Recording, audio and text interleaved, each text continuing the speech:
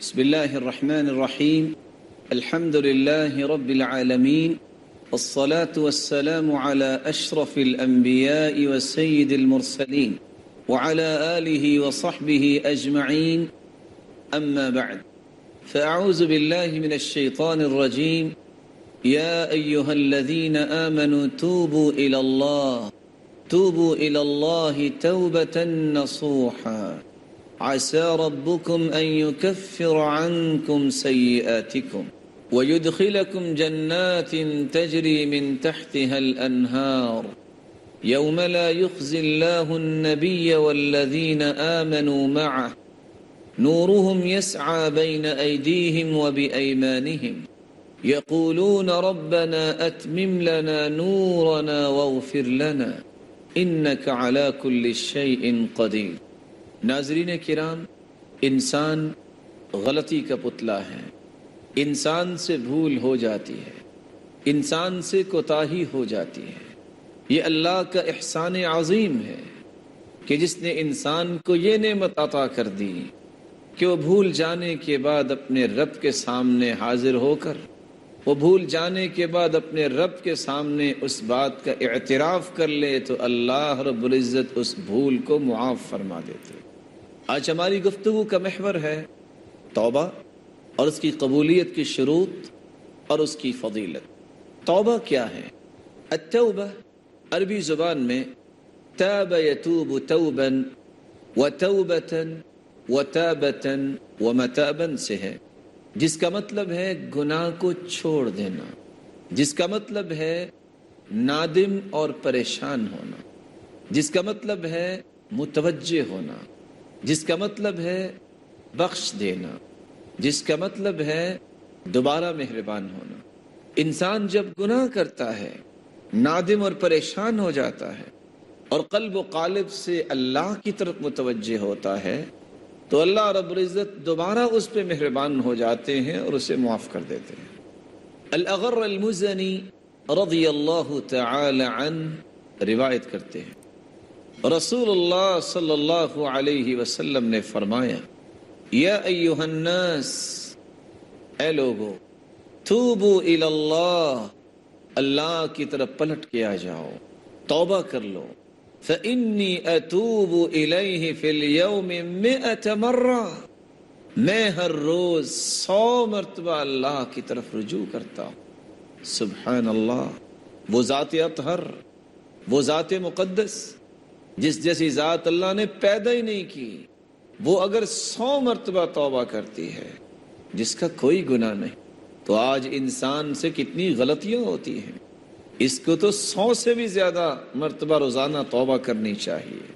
اور رسول اللہ صلی اللہ علیہ وسلم نے اس لیے فرمایا، انہ لیغان علی قلبی، میرے دل پر بھی پردہ اور بوجھ سا آ جاتا ہے، میں اس بوجھ کو کیسے دور کرتا ہوں؟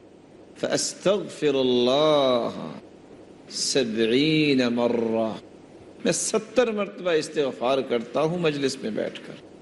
اس لیے امام قرطبی رحمۃ اللہ علیہ فرماتے ہیں، واتفقت الامة على ان التوبة فرض على المؤمنین، اس بات پر اتفاق ہے کہ مومنوں پر توبہ کرنا فرض ہے، بلکہ اللہ رب العزت نے اسی لیے جو توبہ نہیں کرتا اس کو ظالم قرار دیا ہے۔ ارشاد ربانی ہے، وَمَن لَّمْ يَتُبْ فَأُولَٰئِكَ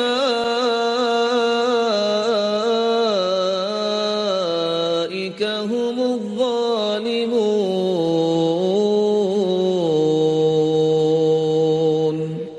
جو توبہ نہیں کرتا وہ ظالموں میں سے ہو جاتا ہے۔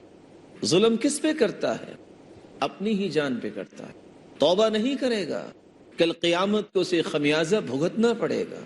اور لقمان حکیم نے سچ کہا تھا اپنے بیٹے سے، بیٹا گناہ کرنا ہے، اگر جی چاہے تو کر لینا، لیکن اتنا گناہ کرنا جتنی سزا سہنے کی تیرے اندر طاقت ہے۔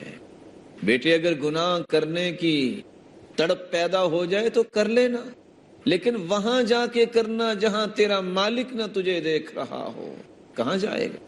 اگر گناہ کرنے کا شوق پیدا ہو جائے وہاں جا کے کرنا جہاں اللہ کی زمین نہ ہو، کہاں جائے گا؟ اس لیے رسول اللہ صلی اللہ علیہ وآلہ وسلم نے توبہ کی قبولیت کی شرائط کو بھی سمجھا دیا۔ اس وقت تک توبہ نہیں ہوتی جب تک انسان اللہ کو راضی کرنے کی نیت نہ کرے، لوگوں کے سامنے ہاتھ اٹھا لے اور کہے میں توبہ کر رہا ہوں، مقصود شہرت ہو، ناموری ہو کہ بڑی دعائیں کرتا ہے، ایسے بندے کی توبہ کیسے اللہ قبول فرمائے؟ سب سے پہلی شرط یہ ہے خلوص نیت، اللہ کو راضی کرنا، اپنے گناہوں کو پاک صاف کروانا، اپنے گناہوں کو معاف کروانا۔ جب یہ انسان کی نیت ہوتی ہے تو پھر اللہ معاف کر دیتے ہیں۔ ان اللہ یقبل، رسول اللہ صلی اللہ علیہ وسلم کا فرمان ہے، ان اللہ لا يقبل من العمل الا ما كان له خالصا وابتغي به وجهه۔ اللہ رب العزت کے ہاں وہی عمل قابل قبول ہوتا ہے جو اللہ کی رضا کے لیے کیا جائے اور اسی کی رضا مقصود ہو۔ رسول اللہ صلی اللہ علیہ وسلم نے اخلاص کے بعد ایک ضروری بات بیان کر دی، فرمایا ان اللہ احتجر التوبہ عن کل صاحب بدعہ حتی یدعہا۔ اللہ رب العزت اس بدعتی کی توبہ کو قبول ہی نہیں کرتے جب تک وہ بدعت کو چھوڑ نہیں دیتا۔ اور دوسری روایت کے لفظ ان اللہ احتجب التوبہ عن کل صاحب بدعہ، اللہ اس شخص کے سامنے پردہ لٹکا دیتے ہیں جو بدعت کا مرتکب ہوتا ہے۔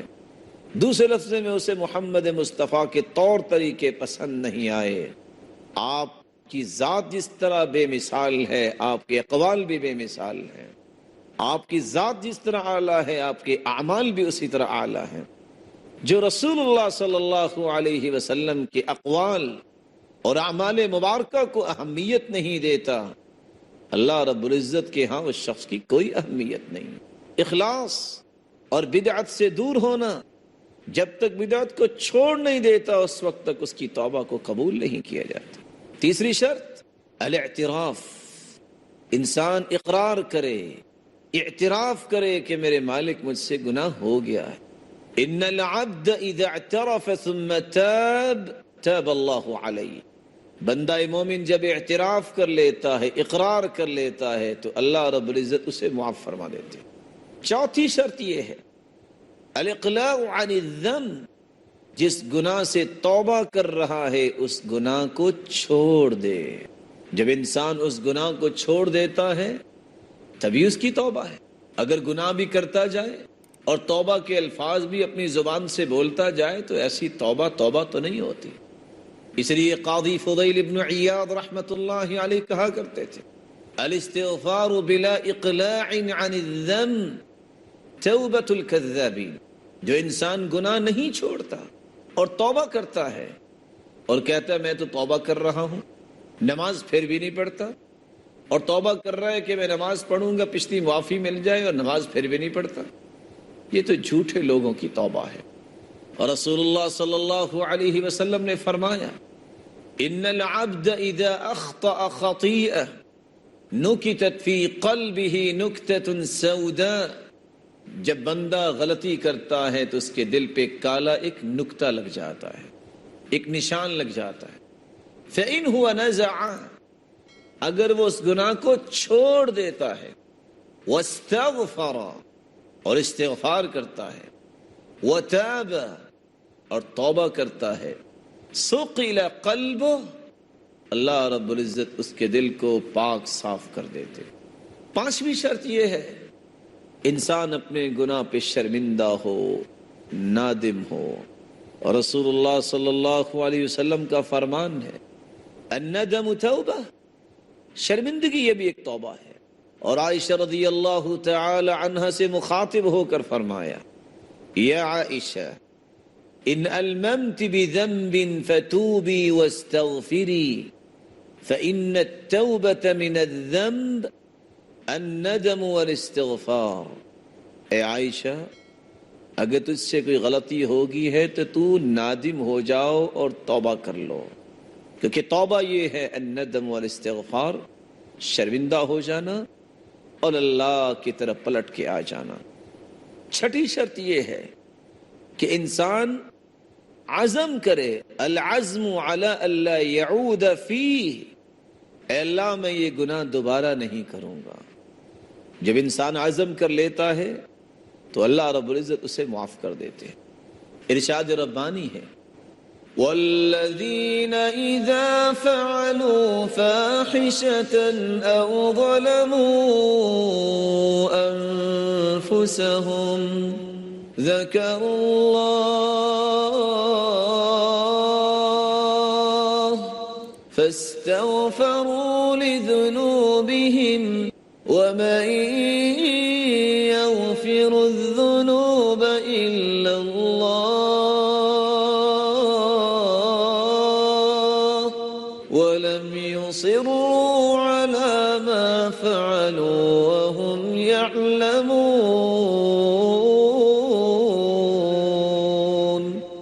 وَالَّذِينَ إِذَا فَعَلُوا فَاحِشَةً، جو لوگ اللہ کی نافرمانی کر بیٹھتے ہیں، او ظلموا انفسہم، یہ اپنی جانوں پہ ظلم کر بیٹھتے ہیں، ذکر اللہ، وہ اللہ کا ذکر کرتے ہیں، فاستغفروا لذنوبہم، اور اپنے گناہوں کی بخشش طلب کرتے ہیں، ومن یغفر الذنوب الا اللہ، اللہ کے علاوہ کون گناہوں کو معاف کر سکتا ہے، ولم یصروا علی ما فعلوا وهم یعلمون، پھر دوبارہ وہ گناہوں پہ اصرار نہیں کرتے، جو عزم کر لیے اس پہ پختگی دکھاتے ہیں۔ اللہ رب العزت ہمیں ان شرائط کو سمجھنے کی توفیق عطا فرمائے اور ہماری توبہ کو قبول فرمائے، ہمیں توبہ کرنے کی توفیق عطا فرمائے اور ہماری توبہ کو قبول فرمائے۔ ناظرین کرام، ابھی چند لمحات کا وقفہ ہوگا، وقفے کے بعد ہم دوبارہ آپ کی خدمت میں حاضر ہوں گے۔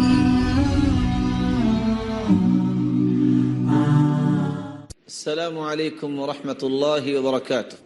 ناظرین کرام، وقفے سے پہلے ہم یہ بیان کر رہے تھے، توبہ اس شخص کی قبول ہوتی ہے جس کی نیت خالص ہو، جو بدعت کو چھوڑ دے، جو اپنے گناہوں کا اعتراف و اقرار کر لے اور اپنے گناہوں پر شرمندہ ہو جائے اور اپنے گناہوں کو چھوڑنے کا عزم کر لے اور اس گناہ کو چھوڑ دے جس گناہ سے توبہ کر رہا ہے۔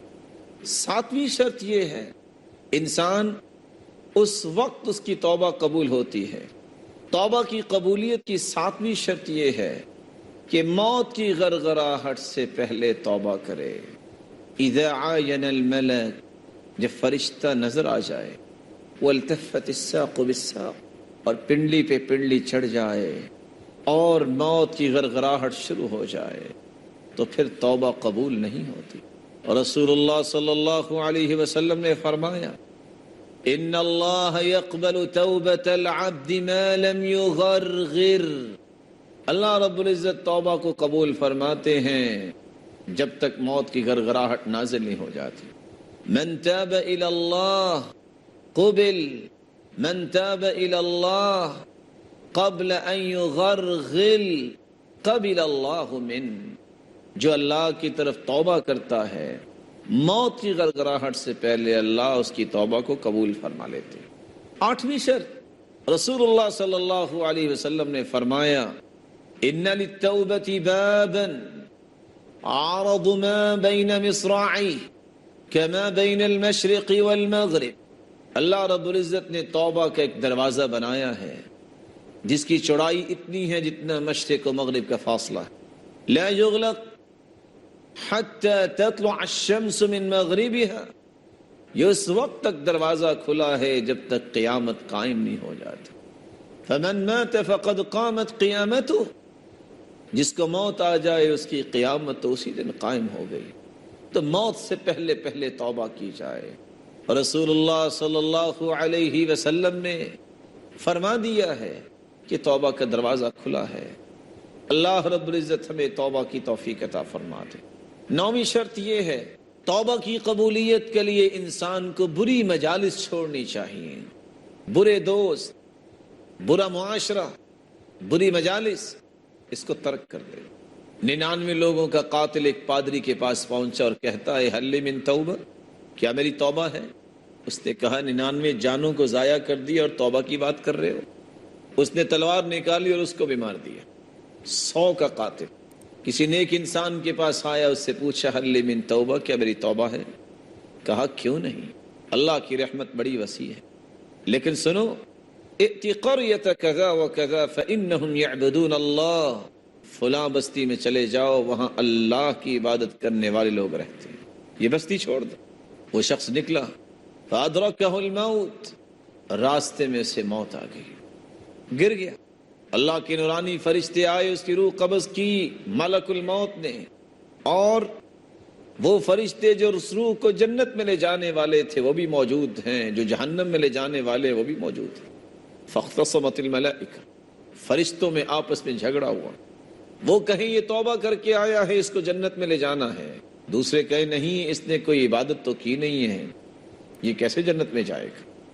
اللہ نے ایک اور نورانی فرشتہ بھیجا کہ فیصلہ کرواؤ، قیسوا بینہما، ان دونوں کے درمیان نیک لوگوں کی بستی اور برے لوگوں کی بستی، ان دونوں کے درمیان پیمائش کرو، اس کا جسد خاکی جن لوگوں کے قریب ہوگا فیصلہ ہو جائے گا۔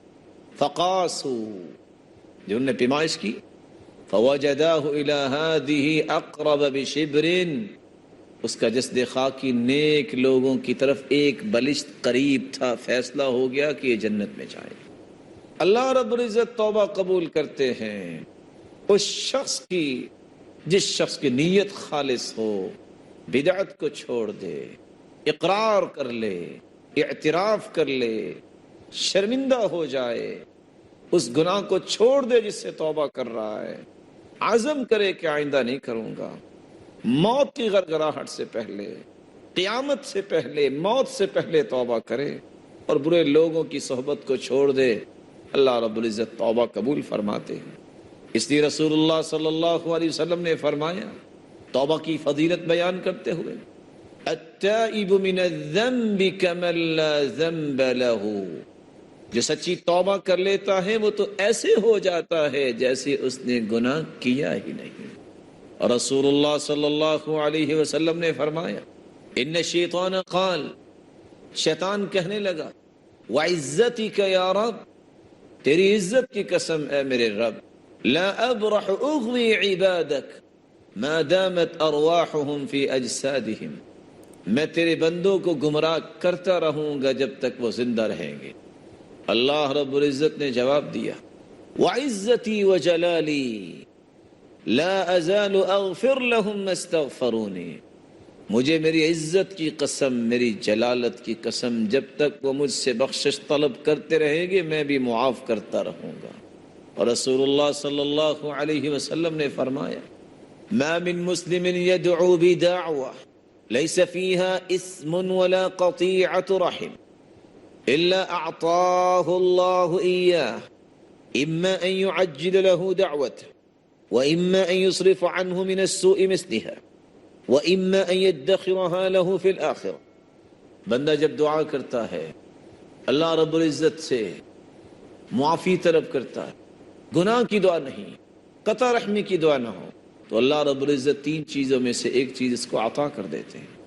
اللہ فوراً اس کی دعا کو قبول فرما لیتے ہیں، یا اس سے مصیبت کو ٹال دیتے ہیں، یا اس کے لیے قیامت کے دن کے لیے ذخیرہ کر لیتے ہیں۔ اور رسول اللہ صلی اللہ علیہ وسلم نے تو فرمایا، ان صاحب الشمال ليرفع القلم 6 ساعات عن العبد المسلم المخطئ فإن ندم واستغفر الله منها ألقاها وإلا كتبت واحدة۔ اللہ رب العزت نے اپنے بندوں کے ساتھ کتنی رحمت کا معاملہ کیا۔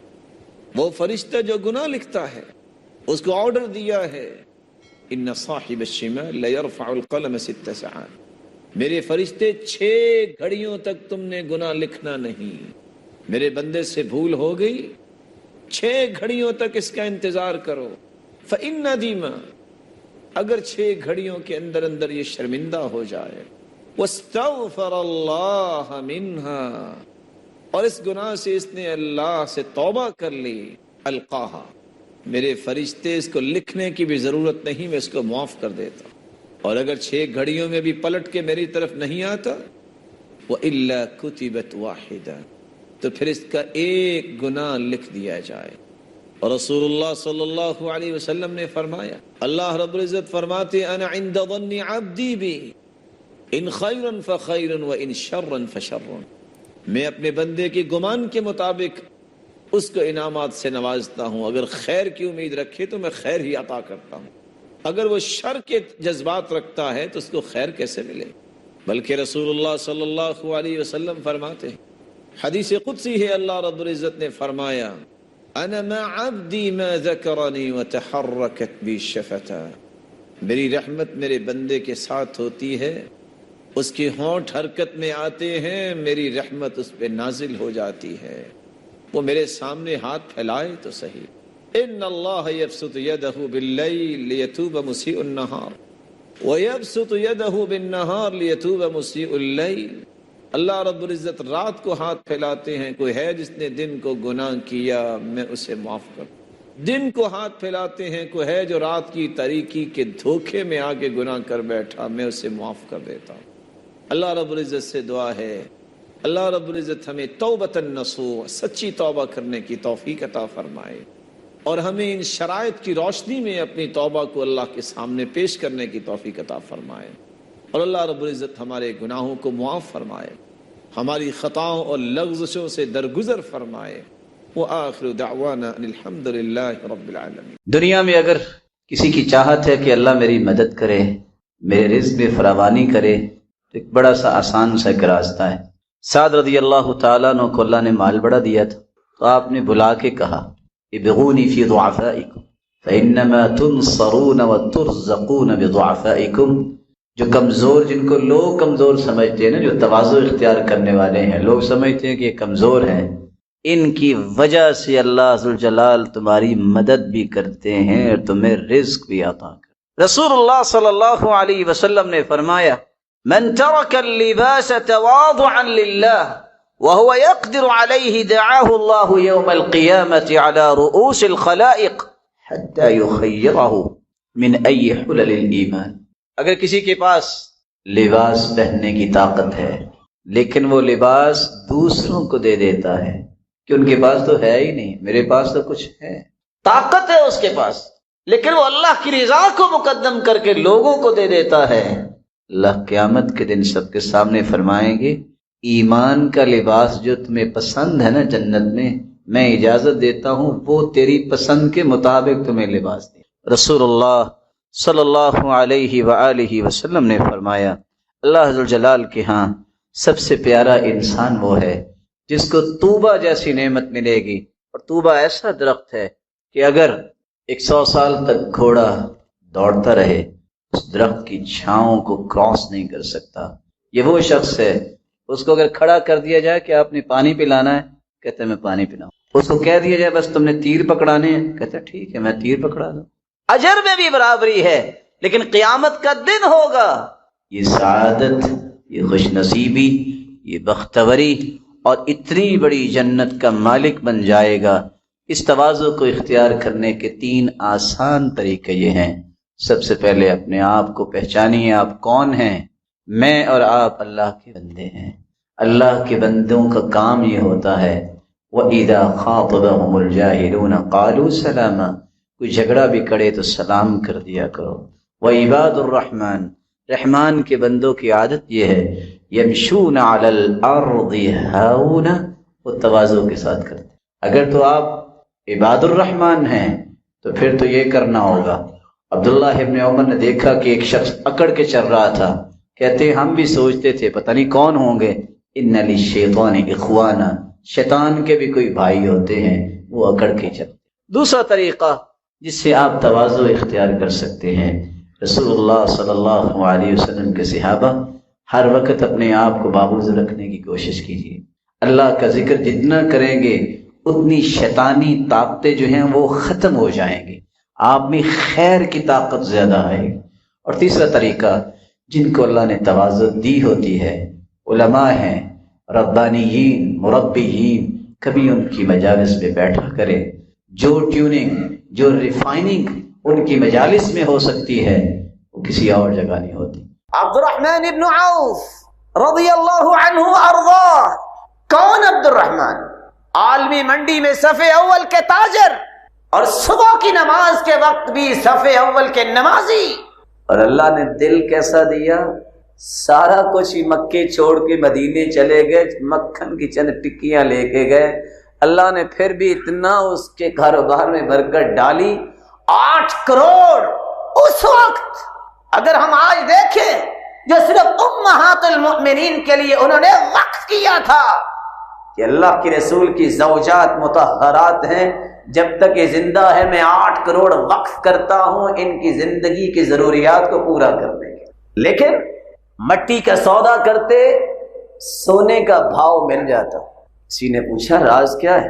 کہا کسی اور کو بھی بلا لو، کسی کو فائدہ ہو جائے. ہم سے کو پوچھے نا راز کیا؟ کہتا نہیں یہ لائن میں دے بیٹھا تو کیا بنے گا، میں اس لائن میں وحدہ لا شریک رہنا چاہتا ہوں، میں شرک برداشت نہیں کرتا. کہا بلاؤ. 3 راز بیان کیے. کہا پہلا راز یہ ہے میں نے آج تک کاروبار کے اندر جھوٹ نہیں بولا. دوسرا راز، میں نے کاروبار کی وجہ سے آج تک نماز با جماعت نہیں چھوڑی. تیسری بات، میں نے آج تک نشہ اور طمع اور حرص اور لالچ نہیں کی، سنت سمجھ کے تجارت کرتا ہوں. 1000 اونٹ خریدے اور میرا قانون یہ تھا کہ میں جانور 3 دن سے زیادہ اپنے پاس نہیں رکھتا تھا. 1000 کے 1000 جس قیمت میں لیے اسی قیمت میں بیچ دیے. اللہ نے عقل دی تھی، دانش دی تھی. ڈیل کرتے وقت کہا کہ مال اتنے کا ہی دیتا ہوں جتنے کا آیا، لیکن رسی میں اتاروں گا. رسی کو میں نے اتروایا اور 1000 اونٹ کی رسی کو 1 درہم کے بدلے بیچ کے 1000 کا پروفٹ اللہ نے مجھے وہاں میں دے دیا. اس پاری کا دوسرا پیغام جو ہے وہ بڑا ہی خوبصورت پیغام ہے. مومن کبھی خیانت نہیں کرتا. وَإِمَّا تَخَافَنَّ مِن قَوْمٍ خِيَانَةً فَانبِذْ إِلَيْهِمْ عَلَى سَوَاءٍ. کافر ہو مسلمان ہو دونوں کے ساتھ تمہیں خیانت کا حکم نہیں، بلکہ حدیث کیا کہتی ہے، لا تخن من خانک. جس نے آپ کے ساتھ خیانت کی ہے تم اس کے ساتھ بھی خیانت نہ کرو. کس قدر اسلام خوبصورت دین ہے. بلکہ علی رضی اللہ تعالی عنہ کہا کرتے تھے، الامانہ مفتاح الرزق. کوئی رزق کی چابی لینا چاہتا ہے تو امانت دار بن جائے، اللہ اس کے ہاتھوں کو چابیوں سے بھر دیں گے جو رزق کی چابیاں ہوں. بلکہ اس لیے سلف کہا کرتے تھے جو دنیا میں پرواز کرنا چاہتا ہے اس کو 2 ونگز چاہیے، اور وہ 2 ونگز کون سے ہیں؟ صدق الحدیث وحفظ امانہ، زبان کی سچائی اور امانتوں کی حفاظت. یہ 2 پر جس کو نصیب ہو جائیں دنیا میں بھی پروازیں کرتا ہے اور جنت میں بھی یہ پروازیں کرتا نظر آتا. رسول اکرم صلی اللہ علیہ وسلم نے اس لیے فرمایا تھا، 4 اذا كن فيك فلا عليك ما فاتك من الدنيا. 4 چیزیں اگر تمہیں مل جائے نا، ساری دنیا برباد ہو جائے تمہیں پریشان نہیں ہونا چاہیے. وہ 4 چیزیں کون سی ہیں؟ صدق الحدیث، بات سچی کرنا، وحفظ امانہ، امانت کی حفاظت کرنا، وعفت مطعم، حلال توشہ کھانا، وحسن خلیقہ، اچھا اخلاق. یہ 4 چیزیں جسے مل جائیں پوری دنیا کی خیر و برکت اللہ نے اس کے دامن میں جمع کر دی. لا يهمنكم طنطنة الرجل ولكن من كف عن اعراض الناس. لوگوں کے دعووں کے پیچھے نہ جایا کرو، لوگ دعوے کیا کر رہے ہیں. اصل بہادر وہ ہے جو لوگوں کی عزتوں کی حفاظت کرتا ہے، اور جو اللہ نے اسے ذمہ داری دے چھوڑی ہے اس کی حفاظت کرتا ہے. رسول اکرم صلی اللہ علیہ وآلہ وسلم نے امت کو یہ سبق دیا، کافر کے ساتھ بھی تم نے خیانت نہیں کرنی. یہی وہ راز تھا کہ کافر مسلمان ہوتے تھے، کہ مسلمانوں کا ایک ضابطہ ہے، مسلمانوں کی زندگی کا ایک اصول ہے، اور یہ اصول وہ ہے جس کے ساتھ کسی کے ساتھ ظلم نہیں کیا جاتا. معاملہ طے پا گیا ہے. آپ مسلمان ملک میں رہتے ہیں، کافر آپ کے قانون کی پابندی کرتا ہے، ذمہ ہے، خراج دیتا ہے، ٹیکس دیتا ہے، یا آپ کے اصول و ضوابط کی پابندی کرتا ہے، اب تم اسے قتل نہیں کر سکتے. فرمایا من قتل ذمیا او معاہدا لم یرح رائحة الجنہ. جو شخص پھر قتل کرے گا جس کے ساتھ معاہدہ ہو چکا، امبیسڈر ہے یا کوئی اور ہے، کوئی ذمہ ہے، یہ شخص جنت کی خوشبو بھی نہیں پائے۔ یہی تو عظمت تھی اسلام کی کہ کافر مسلمان ہوتے تھے۔ وہ قاضی شرح کے پاس کیس آیا نا، کیس کس چیز کا آیا؟ وقت کے حکمران کا۔ سیدنا علی رضی اللہ تعالی عنہ کی زرہ گم ہو گئی، یہودی نے پکڑ لی، کیس ہو گیا۔ ایک طرف یہودی ہے، دوسری طرف وقت کا خلیفہ ہے، اور اسی کا مقرر کردہ جسٹس ہے۔ کہا دلائل دو، کہا میرا بیٹا گواہی دے گا، حسن و حسین گواہی دیں گے۔ کہا میں ان کی گواہی نہیں مانوں گا۔ جانتے آپ کون ہے وہ؟ سیدہ شباب اہل الجنہ، یہ جنت کے شہزادے ہیں۔ کہا میں جانتا ہوں، ان کے نانا نے کہا تھا یہ جنت کے شہزادے ہیں، اور اسی نانا نے ہی کہا تھا کہ بیٹے کی گواہی باپ کے حق میں قبول نہیں ہوتی۔ کہا تو میرا غلام کمبر گواہی دے گا۔ کہا غلام کی گواہی اپنے آقا کے حق میں قبول نہیں ہوتی۔ یہ وہ تصور تھا کہ دلائل نہیں پیش کر سکے، یہودی اسی بات پہ ہی مسلمان ہوا کہ اتنا پیارا دین، حالانکہ زرہ تو ان کی تھی۔ لا تخن من خانک، جو آپ کے ساتھ خیانت کرتا ہے تم خیانت نہ کرو۔ آپ 24 گھنٹے زندگی کے گزارتے ہیں، اگر 5 نمازوں کو جمع کریں تو کتنا ٹائم ہم نماز کو دیتے ہیں؟ آپ تو خیر متقی آدمی ہیں تو آپ نے خشوع والی نماز 40-45 منٹ لگا لیے، اگر 5 نمازیں پڑھے تو کتنا وقت لگے گا؟ چلو آپ آدھ گھنٹے سے 1 گھنٹہ لگا لیں۔ حدیث یہ کہتی ہے اور حدیث قدسی ہے، اللہ تعالیٰ فرماتے ہیں یا ابن آدم تفرغ لعبادتی، آدم کے بیٹے جب عبادت کا وقت آئے نا تو پھر ٹوٹلی فارغ ہو کے عبادت کیا کر، دل تیرا میری طرف ہونا چاہیے۔ میں کیا کروں گا؟ املأ یدیک رزقا، میں تیرے دونوں ہاتھوں کو رزق سے بھر دوں گا، تجھ سے سنبھالا ہی نہیں جائے گا۔ واملأ قلبک غنا، اور تیرے دل کو بھی میں غنا سے بھر دوں، تجھے کبھی فقیری کا خوف ہی نہیں آئے۔ وإلا تفعل، اور اگر تو نے ایسا نہ کیا، املأ یدیک شغلا، میں تیرے دونوں ہاتھوں کو کاموں سے بھر دوں گا، صبح ٹائم اور ڈیوٹی ہے، رات کو اور ڈیوٹی ہے۔ ولم اسد فقرک، تیرے دل میں کبھی بھی فقیری ختم نہیں ہوگی، مال ہونے کے باوجود تو روتا ہی نظر آئے۔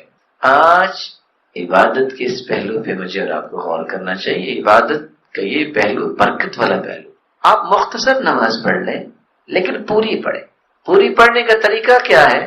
سیدہ عائشہ رضی اللہ تعالیٰ عنہ فرماتی ہیں کہ جب صبح کی رکھتے اللہ کے رسول پڑھتے، مکمل بھی پڑھتے اور ہلکی بھی پڑھتے، اور بس اوقات لگتا کہ شاید سورۃ الفاتحہ بھی پڑھی ہے کہ نہیں پڑھی، لیکن مکمل نماز آپ جب قلب و قالب سے متوجہ ہو کے پڑھیں گے، ہاں آپ نے بہت لمبی نماز نہیں پڑھی، سوچ کے جب آپ پڑھ رہے ہیں میں کیا پڑھ رہا ہوں، میں کیا کہہ رہا ہوں، اس کے معنی آپ کو سمجھ ہیں، تو یہ نماز آپ کو دنیا جہان کی عظمتوں سے نواز دے۔ بلکہ صحیح بخاری کی شرح میں جو فتح الباری میں ابن حجر اسقلانی روایت لائے ہیں، ایک غلام تھا تو وہ نماز پڑھ رہا، اس نے بہت پیاری نماز پڑھی، جب سلام پھرا تو اللہ کے رسول نے فرمایا ادھر آؤ، جاؤ تم آج کے بعد آزاد ہو۔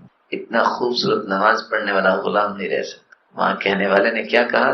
اگر غلامی سے نجات یہ خوبصورت نماز دلا سکتی ہے تو جہنم سے بھی دلا۔ اس لیے دل لگا کے نماز پڑھو۔ اور دل کیسے لگے گا؟ سوچو میں کیا پڑھ رہا ہوں۔ اس لیے سلف صالحین پرانے جب کسی کو نصیحت کرتے، ہم کہتے ہیں نا آج کل تو وہ عادت ہی نہیں بن گئی ہے، پرانے زمانے میں جب کوئی آتا تھا انکل ماموں کو آتا جلدی سے اپنی ڈگریاں لے کے آتے، میں نے یہ بھی پڑھ لیا، میں نے یہ بھی پڑھ لیا۔ آج زمانہ زیادہ ترقی کر گیا ہے، جب بھی کوئی بڑا آتا تو جلدی سے وہ البم لے آتے ہیں، میں نے یہاں کھڑے ہو کے پکچر اتروائی، میں نے یہاں بھی اتروائی، میری نا اس سے بھی ملاقات ہوئی۔ اب وہ دور ہی ختم ہو گیا ہے، لیکن وہ نصیحت کیا کیا کرتے؟ اتق اللہ، اللہ سے ڈر جاؤ۔ دوسری نصیحت کیا کرتے؟ بیٹا نماز سوچ کے پڑھا کر۔ تو میں بھی آپ سے ادباً گزارش کروں گا، ایک مرتبہ خوبصورت وضو کر کے 2 رکعتیں سوچ کے پڑھ کے دیکھیے، آپ کو آپ کی اس 2 رکعتوں کا اور باقی رکعتوں کا فرق نظر آئے۔ اللہ ذوالجلال ہم سب کے خالق و مالک اور رازق ہیں۔ اس قادر مطلق نے انسانیت کی کامرانی کے لیے ایسے اصول و ضوابط قرآن مجید میں اتارے ہیں جن کی روشنی میں زندگی گزارنے سے انسان دنیا کی کامیابیاں بھی سمیٹ سکتا ہے اور اخروی کامرانیوں کا مستحق بن سکتا ہے۔ ان اصول و ضوابط میں سے ایک ضابطہ جو بہترین زندگی کا ضابطہ حیات ہے وہ ہے تقوی۔ قرآن مجید کو اگر بار بار غور سے پڑھا جائے تو 258 مرتبہ اللہ ذوالجلال نے اس کلمہ مبارکہ کا تذکرہ کیا ہے۔ صرف 70 مرتبہ اللہ ذوالجلال نے حکم ہی دیا ہے کہ ڈر جاؤ، تقوی اختیار کرو، تقوی اختیار کرو۔ اس سے آپ کو اندازہ ہو چکا ہوگا کہ جس کام کے بارے میں اللہ ذوالجلال نے 70 مرتبہ حکم دیا ہے وہ کام کتنا عظیم ہوگا اور کتنا میرے اور آپ کے لیے ضروری ہوگا۔ امام راغب اصفہانی فرماتے ہیں حفظ النفس عما یؤثم، ہر اس قول اور فعل سے اور اس سوچ اور ارادے اور نیت سے بچ جانا جس سے انسان گنہگار ہو سکتا ہے۔ ابن منظور بیان کرتے ہیں ان تجعل بینک وبین عذاب اللہ وقایہ، تقوی یہ ہے کسی نہ کسی طریقے سے اپنے اور اللہ کے عذاب کے درمیان رکاوٹیں کھڑی کرو، اچھے اقوال کے ذریعے، اچھے اعمال کے ذریعے، اچھی نیت اور ارادوں کے ساتھ ہر وہ کام اختیار کرو جس سے تم اللہ کے عذاب سے بچ سکو، یہ تقوی ہے۔ طلق ابن حبیب بیان کرتے ہوئے کہتے ہیں ان تعمل بطاعت اللہ رجاء رحمت اللہ علی نور من اللہ، اللہ نے قرآن کی روشنی عطا کی ہے، اس روشنی کے ذریعے اللہ کی اطاعت کرنا اس امید کے ساتھ کہ میرا رب مجھے محروم نہیں کرے گا، یہ تقوی ہے۔ وان تترک معصیت اللہ مخافت عذاب من اللہ علی نور من اللہ، انسان اس نظریے سے گناہ چھوڑے کہ قرآن نے اس کو گناہ کہہ دیا ہے، یہ شریعت نے منع کر دیا ہے، اس خوف کے ساتھ کہ اللہ مجھے اپنے عذاب سے محفوظ فرمائے۔ امام احمد بن حنبل رحمۃ اللہ علیہ فرمایا کرتے تھے التقوی ترک ما تهوى لما تخشى، جب تک آپ اپنی خواہشات کو اللہ ذوالجلال کے تابع نہیں کرتے آپ کو تقوی نصیب نہیں ہو سکتا۔ خواہشات کو چھوڑنا اور اللہ کے فرامین کو مقدم کرنا، اس سے تقوی کا حصول ممکن ہوتا ہے۔ ابن المعتز کہتے ہیں خل الذنوب صغیرها وکبیرها ذاک التقى لا تحقرن صغیرة فإن الجبال من الحصى، چھوٹے گناہ بھی چھوڑ دو، بڑے گناہوں کو بھی ترک کر دو، یہ تقوی ہے۔ کسی گناہ کو چھوٹا نہ سمجھو کیونکہ کنکریوں سے ملتے ملتے ہی ایک پہاڑ بن جاتا ہے۔ اور رسول اکرم صلی اللہ علیہ وسلم نے فرمایا ایاکم ومحقرات الذنوب، چھوٹے گناہوں سے بچ جاؤ جس کو تم چھوٹے سمجھ کے کرتے جاتے ہو۔ فإن محقرات الذنوب متى يؤخذ صاحبها، جب چھوٹے گناہ اتنے کثرت سے ہو جائیں تو وہ چھوٹے نہیں رہتے، وہ بھی بڑے بن جاتے ہیں۔ جب اس کا مواخذہ ہوگا تو یہ چھوٹے گناہ جس کو انسان سمجھتا ہے کرنے والے کو ہلاک کر دیں۔ ابو ہریرہ رضی اللہ تعالی عنہ سے سوال کیا گیا تقوی کیا ہے؟ وہ آگے سے جواب دیتے ہیں بتاؤں گا میں تب، پہلے تم بتاؤ۔ هل اخذت طریقا ذا شوک، کبھی کانٹوں والے راستے سے گزرے ہو؟ قال نعم، گزرا ہوں۔ تو پھر کیسے گزرے ہو؟ قال عدلت عنہ جاوزته قصرت عنہ، میں وہ راستہ ہی بدل لیا ہے، میں نے اپنے کپڑوں کو سمیٹ کے گزرا ہوں، میں الگ تھلگ ہو کے گزرا ہوں کہ کوئی کانٹا نہ مجھے لگ جائے۔ تو ابو ہریرہ رضی اللہ تعالی عنہ فرمانے لگے ذاک التقوی، تقوی بھی یہ ہے کہ تم برائیوں سے اپنے آپ کو سمیٹ کے گزر جاؤ، اس سے الگ تھلگ ہو جاؤ۔ حسن بصری رحمت اللہ علیہ فرماتے ہیں متقیون کو کہتے ہیں اتقوا ما حرم اللہ علیہم وأدوا ما افترض اللہ علیہم، تقوی انہی کے پاس ہوتا ہے جو اللہ کی حرام کردہ چیزوں سے رک جاتے ہیں اور جو اللہ نے فرض قرار دے دی ہیں ان کو ہمیشہ ادا کرتے رہتے ہیں۔ سیدنا عمر بن عبد العزیز رحمہ اللہ فرمایا کرتے تھے لیس التقوى بصيام النهار ولا بقيام الليل والتخليط فيما بين ذلك ولكن التقوى ترك ما حرم الله وأداء ما افترض الله۔ تقوی روزے رکھنے اور تہجد پڑھنے سے ہی نہیں ملتا کہ انسان تہجد بھی پڑھے، روزہ بھی رکھے اور فرض نماز کی پرواہ نہ کرے اور حرام سے نہ بچے۔ تقوی اس کو نہیں کہتے کہ روزے دار ہے اور تہجد گزار ہے۔ تقوی کی بنیاد یہ ہے کہ فرائض کی پابندی کرتا ہے اور حرام سے ہر وقت اپنے آپ کو بچاتا ہے۔ سیدنا علی رضی اللہ تعالی عنہ فرماتے ہیں التقوی الخوف من الجلیل والعمل بالتنزیل والقناعة بالقلیل والتزود لیوم الرحیل۔ تقوی کی عمارت 4 پلرز پہ کھڑی ہوتی ہے۔ انسان کے دل میں خوف ہو تو اس اللہ ذوالجلال کا خوف ہو، انسان کی زندگی کے اعمال و اقرار اللہ ذوالجلال کے نازل کردہ قرآن کی روشنی میں ترتیب پائیں، جو کچھ اللہ نے عطا کیا ہے اس پہ قناعت کر لے اور آخرت کی تیاری میں اپنے آپ کو لگا لے۔ یہ 4 پلرز جس پہ تقوی کی عمارت کھڑی ہوتی ہے۔ امام بغوی رحمت اللہ علیہ فرماتے ہیں تقوی کی ساری تعریفیں، یہ 9 کی 9 تعریفیں اپنی جگہ مسلم درست ہیں، لیکن ایک تقوی وہ ہے جو ہر انسان کو سوچنا چاہیے، جو بہت ضروری ہے، جس سے اصل تقوی کا معیار سامنے آتا ہے۔ تقوی یہ ہے کہ آپ کسی صوم و صلات کے پابند مسلمان کو اپنے سے اچھا سمجھو۔